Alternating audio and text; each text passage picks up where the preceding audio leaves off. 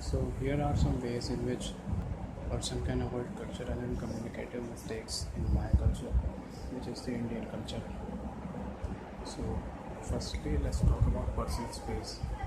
So in India, when talking to people, one should take care of other people's personal space. You should try not to push on to people and or stand or sit too close to them.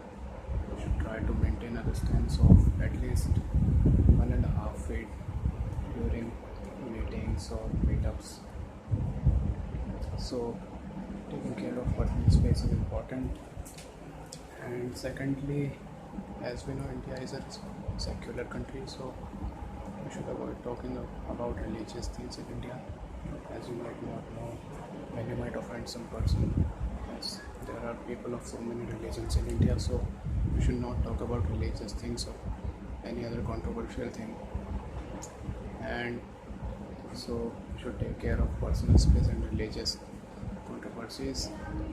And we should, in India, people don't like to be called out by their names during business meetings or conference calls, etc. So during such kind of meetups, we should try to call people by their surnames, and that too should be prefixed by Mr. or Mrs. So we should call people by Mr. or Mrs. and then followed by their surnames.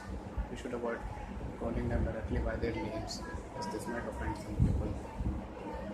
Also, there are some minor differences in our Indian culture from other cultures. Like in India, people don't usually prefer to eat food by chopstick.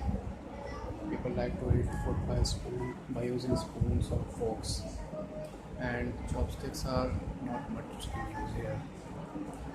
And also in India, people love to stay hygienic. So when you are entering a friend's house or a business associate's room or apartment, you should try to take out your shoes outside the room. Do not try to enter the room with your shoes on, as this might offend some people.